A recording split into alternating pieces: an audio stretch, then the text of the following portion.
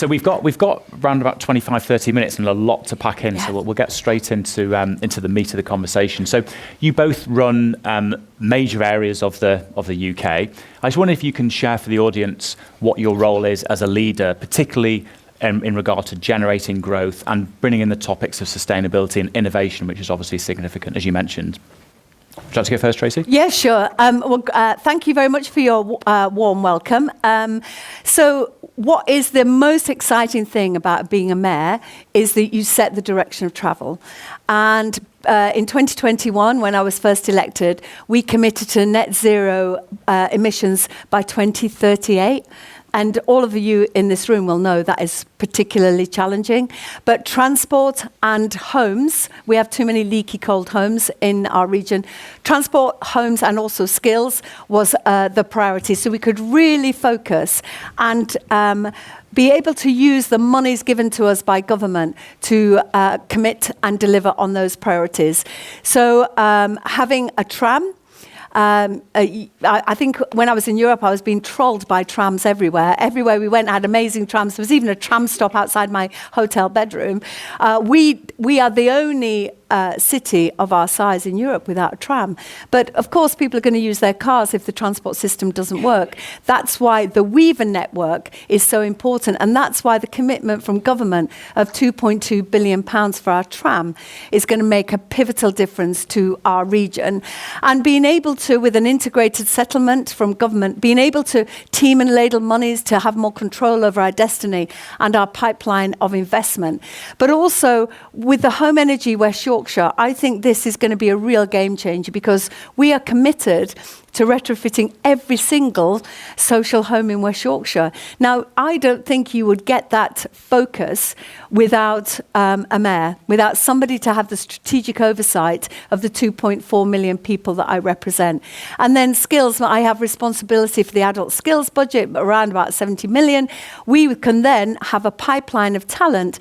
For example, engineers, getting those young apprentices ready for, not just for Transpennine Upgrade, where many young people are already working, but in readiness for our tram, or in readiness for our retrofit of all our social homes, and creating clusters of ground source heat pump manufacturers to have that strategic view, but also that incredibly ambitious vision of 2038, earlier than government and many other regions. So I think that leadership that you can speak for your region in a way that I don't think, as a local authority leader, you can get that impact of scale.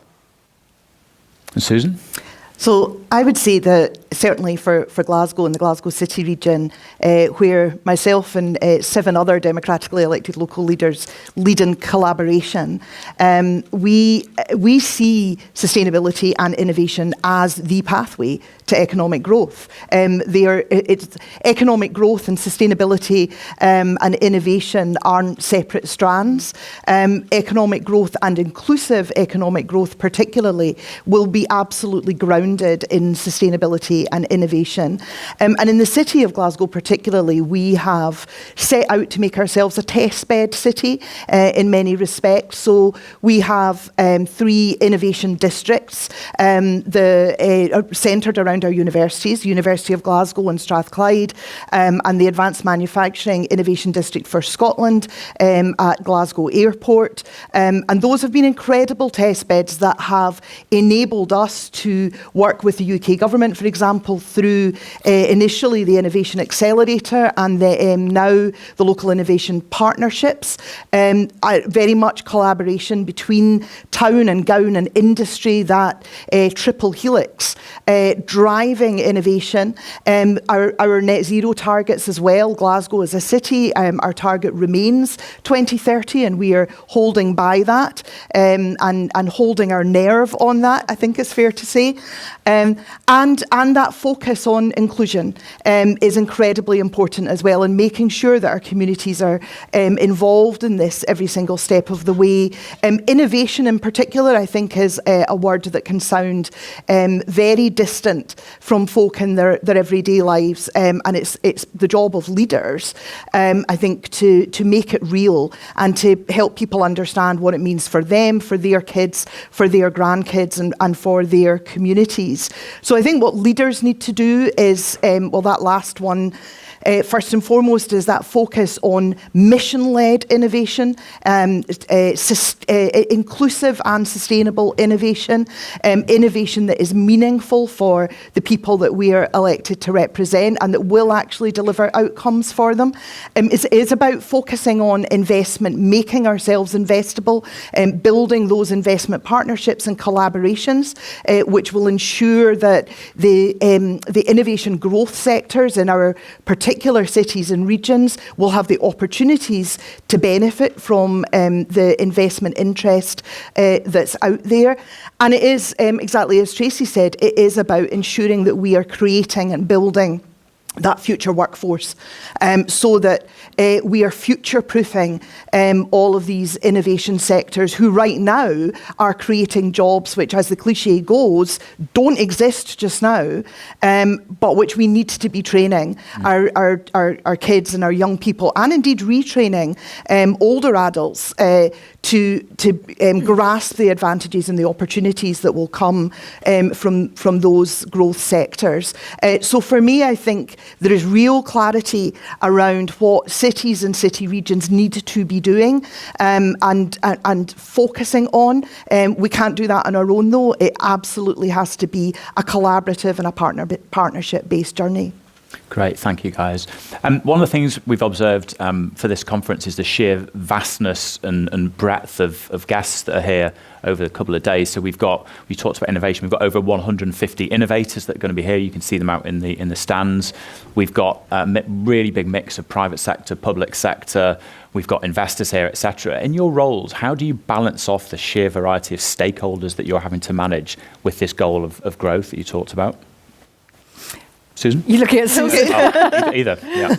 I think I've just said it's understanding that we're not going to make the progress that we want to make and get the outcomes that we want if we don't have partnership and collaboration with that full range of stakeholders absolutely at the heart of everything we do. So that's the starting point. And certainly in Glasgow, I think all of our successes in recent years have partnership at the heart of them. We can point to them and say that wouldn't have been achieved if we weren't working with this range of stakeholders, this range of partners. I've mentioned our innovation districts already, which are partnerships with between the city in the form of the democratic leadership of the city, our academic institutions, and industry and industry leaders. I co-chair with the now emeritus principal of the University of Strathclyde, the Glasgow Economic Leadership Board, which has been in existence since about 2008, since before I was doing this job, and which has absolutely underpinned that collaboration ecosystem by having key industry leaders in key sectors round the table with national agencies from Scotland, like Skills Development Scotland, Scottish Enterprise, with our academic leaders, and with myself in particular as a local political leadership. There's actually so many investment and in working with investors and investor partners. We are currently just now in the process of creating an investment partnership with the city, with the Scottish National Investment Bank, and with Aviva Capital Partners to take on a piece of land, of vacant post-industrial land in Glasgow. We have lots and lots of brownfield sites in Glasgow just ready to be built on, but there's not a single one of them doesn't need something done to it first. This one's been empty for about 150 years. It's been very heavily undermined, but we expect by next year to be on site in that partnership to build 1,500 new homes. That wouldn't happen without partnership. It wouldn't happen without collaboration. And crucially, a lot of these are, they're multiple collaborations. There's not just two partners there. There are several partners from several different sectors round the table at the same time. And that is what is making it work, and that's what's absolutely crucial.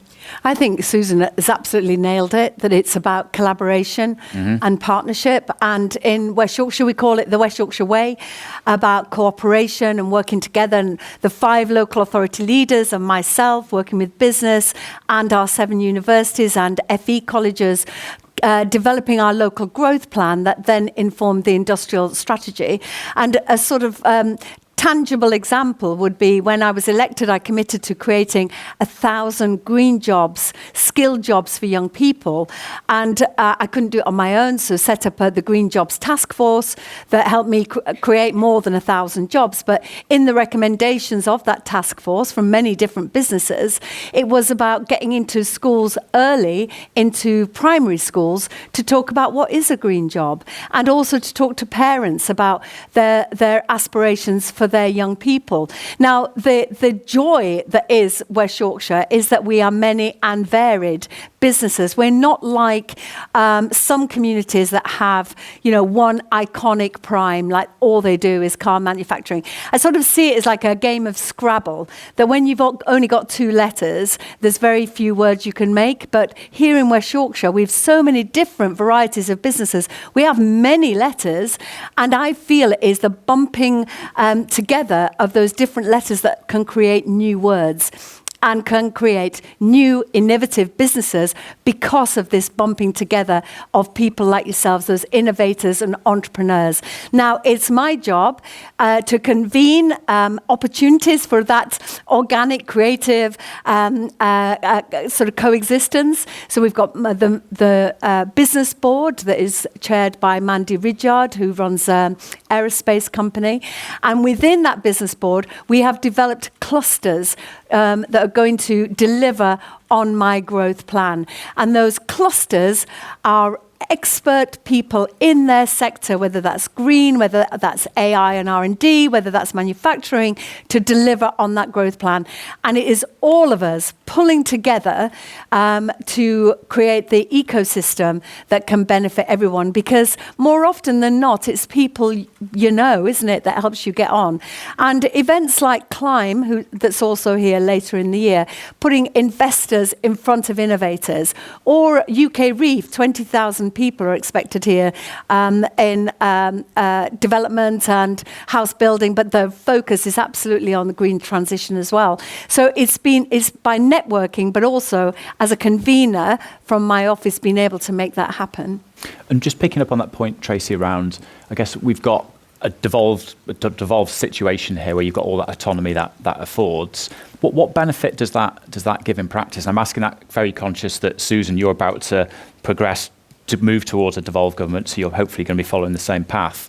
What benefit does that bring in practice? Well, it's absolutely the game changer. And I would suggest that government could do with moving a bit faster in this space. And I know that there is the ambition for the whole country to be devolved. And in May, all of the North will be devolved. And the opportunity is off the scale because just evidenced by, for example, the Great North. All of the northern mayors coming together to deliver on shared problems. So green energy is a classic example, whether that's Great North Creative, which I lead and work across the north to deliver great outcomes in music or film and TV and so on. But green energy, being able to understand that here in West Yorkshire, we don't have a coastline in the same way that Kim McGuinness has in the northeast. So her offshore wind is going to be as necessary as Steve Rotherham's tidal energy that he's got underway. All of us working together to find that solution. And for example, in the autumn, we're all going on a trade mission to India to make the most of the trade deal there, but collectively. And it's actually cross-party. It doesn't matter because it's place over politics. We just need to get things done. But by collaborating in that devolved structure, I think we can be a real game changer for the rest of the UK. Thank you. When we spoke last week, Susan, we were talking ahead of this, and we had a really good conversation around what other cities are doing around UK and further afield. And funnily enough, this morning I was talking to someone who was referencing Copenhagen as being seen as one of the most advanced cities. Apparently 50% of commuters will commute by bike. Obviously they've got the climate for it perhaps, but I just wondered, when you look across the UK and further afield, are there any cities that stand out to you, Susan? So I mean, almost too many to list, and I think that the city-to-city collaboration and peer networks are absolutely invaluable, and what cities are constantly learning from each other are driving all of us forward. It's that rising tide lifting all boats. Here in the UK, Glasgow is at the moment in the process of developing our climate investment model. We will be going out to market at the end of this year to seek partners to help us deliver our local heat and energy efficiency strategy, which is basically that citywide transition to renewable source heat networks, along with retrofitting, particularly in our pre-1919 housing stock.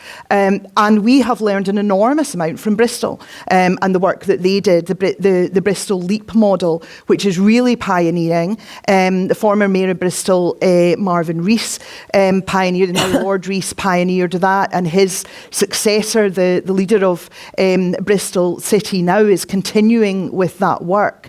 And it is, again, a collaboration, a really innovative investment partnership, which is bringing in not just the money, but also the delivery expertise into the city to actually start getting people onto those renewable source heat networks, but in a way that is also affordable, that is going to address some of the long-standing social challenges which are incredibly familiar to us in Glasgow around fuel poverty, for example. So that we are doing our own version of the Bristol LEAP, adapting it for Glasgow. We have different circumstances, different kinds of assets to share with an investor.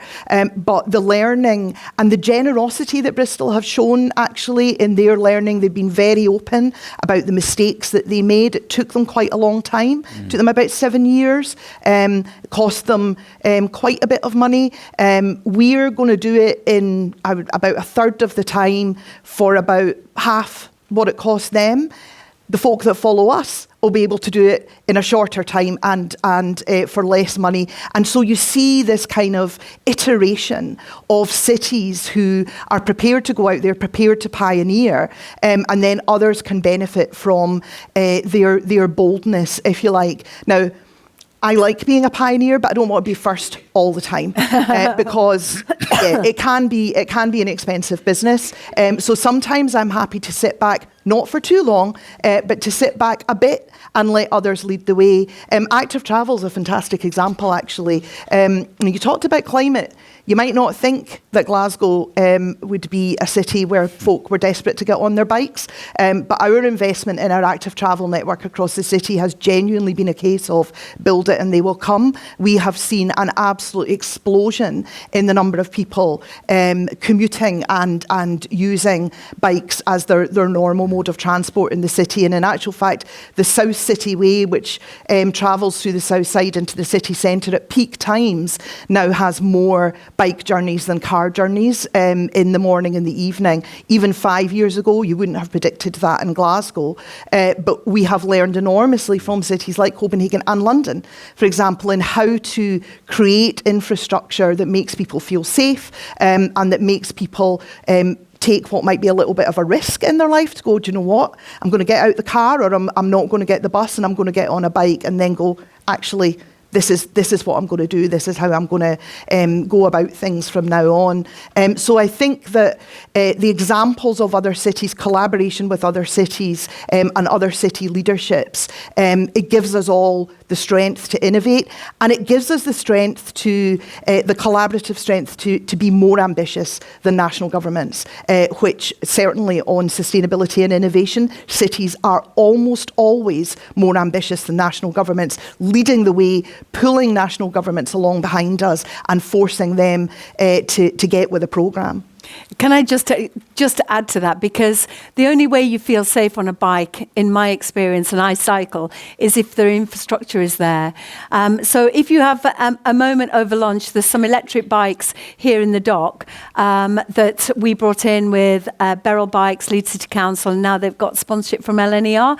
And you see them all over the city, but you would not have that without the infrastructure. And, it feels like upheaval for citizens, but when you have that, people feel much more confident.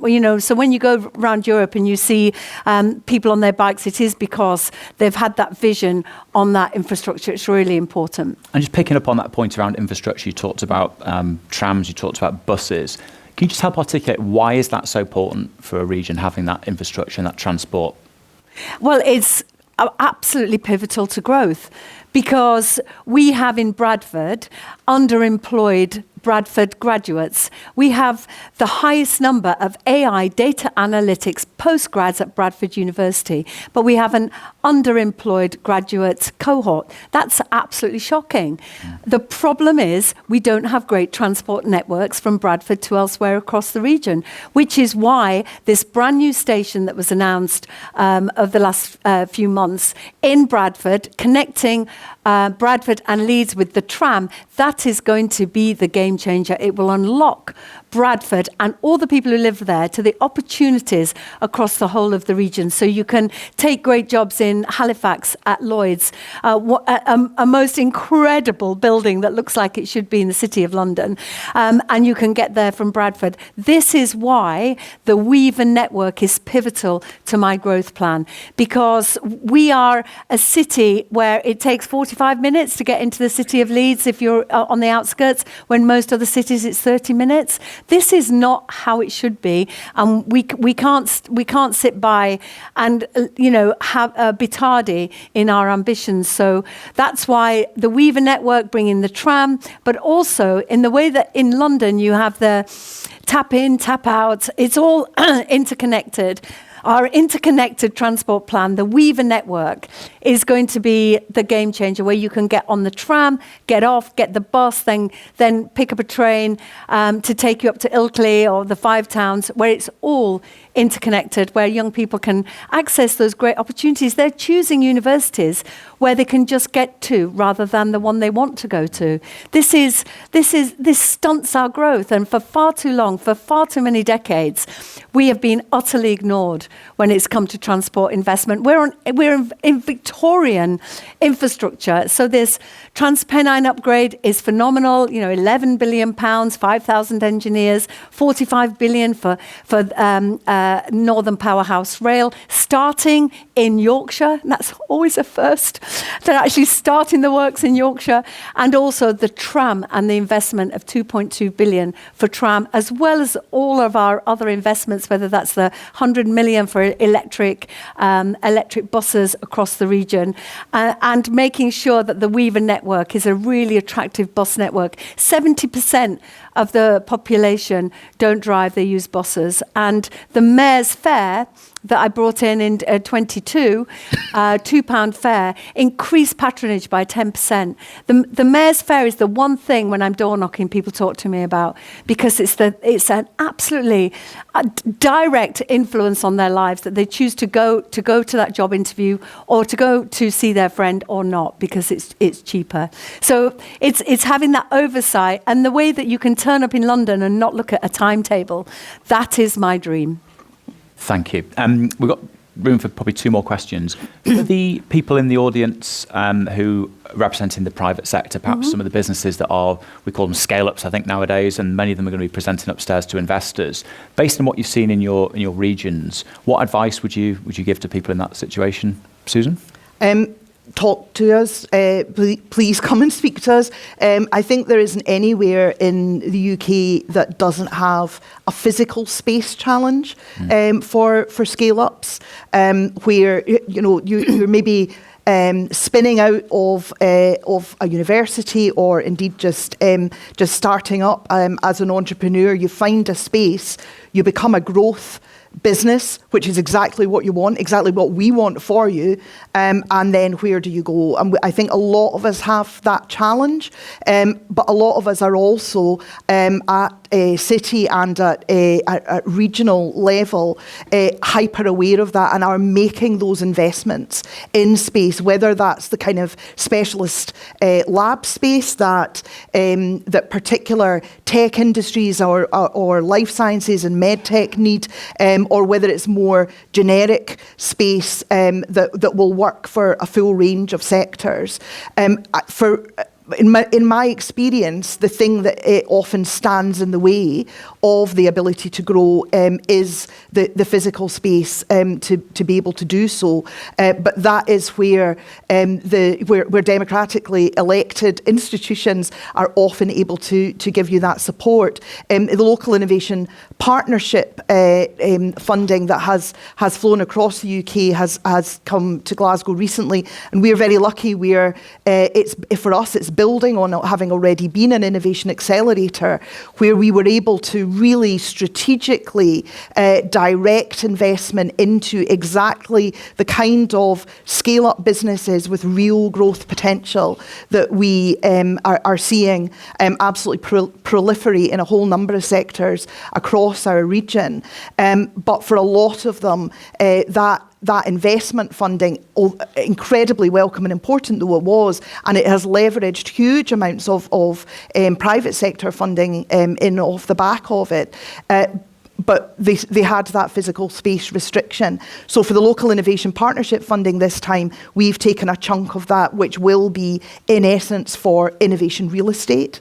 And that will be right across the Glasgow city region, either at a smaller scale or at a large scale for people who really need to be able to spread themselves out in order to innovate further and to grow. But also I think there are I think most places in the UK, as part of their local economic strategies or regional economic strategies, and certainly it's absolutely central in Glasgow, have a real focus on that community wealth building piece and on that inclusive innovation. And that, for me, I think that creates enormous opportunities for growth businesses, to connect you into the communities, into the people who will help you grow, who can be your customers, who can be your future employees, your apprentices, and connect you into that two-way pipeline, if you like, into and out of your business, to make sure that you can continue to match your growth ambitions. And again, it comes down to that collaboration, it comes down to that partnership. No business is too small to be part of that, I would say, and particularly if you are able to really clearly locate yourself and say, this is where I sit within this sustainable innovation ecosystem. This is the role that my business is already playing and can play in the future. Then you should be part of those collaborations. So find out what those collaborations are in your local area and get yourselves to be part of them. And it's a similar story, isn't it? It's about speaking to us and having those conversations. But I'm really proud that West Yorkshire is a region with the fastest growing number of scale-ups and startups outside of London. And I really believe that's the ecosystem that we're creating here. It does help that we are home to the Bank of England, the Wealth Fund, the FCA, so that we are home to the NHS. We have the regulatory bodies here. So the FCA, for example, are running sandboxes on regulations in fintech, NHS sandboxes on health tech and drug trials, etc. So we are already a region of thinkers and makers and innovators. And the investment zone, £160 million from government, enabling us to use 3 of our 7 universities as sort of the landing pad for innovation, working with businesses, small scale, to get those PhD students to help you on to the next iteration of your product. And I always think it's about local examples as well. That there's a company called Paxman, and they did beer cooling fridges. And then the mum got cancer and she didn't like the cold cap. So they were like, we do cooling. We should be able to we should be able to design something. And with a £3,000 grant from Kirklees Council, they went to Huddersfield University, developed this cold cap, and now Paxman is a global company. 50% of its business is in the US, but that came from just a personal idea. And when 100 out of the 100,000 of our businesses, the majority are SMEs, we are here to help you to scale up, to start up, to meet the right people, to get finance ready. Because that is also, I think, a challenge for a lot of SMEs.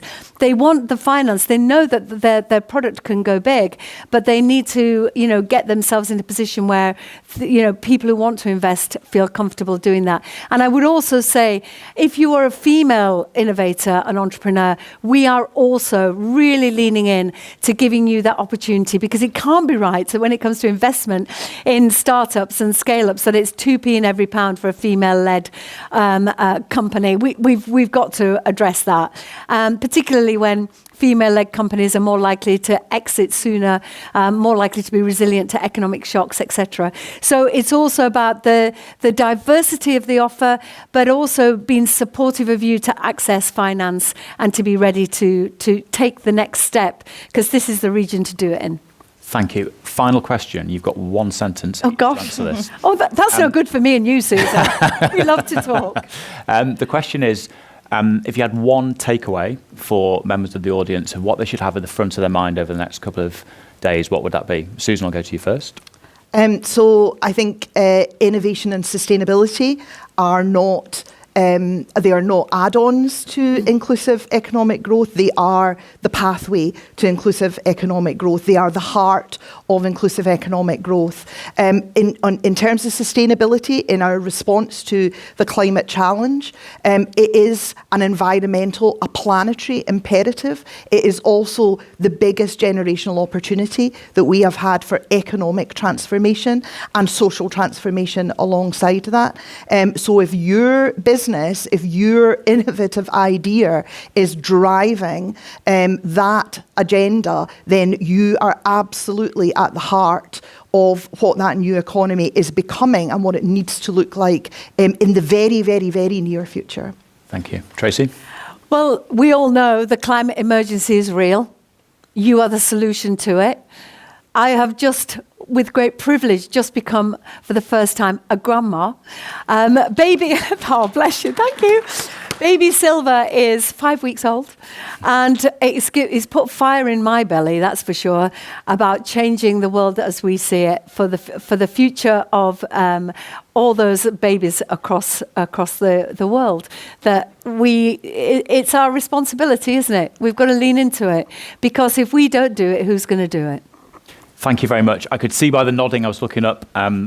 What a fantastic session. You really resonated with everyone. Thank you very much. Please, round of applause. Thank you. Thank you.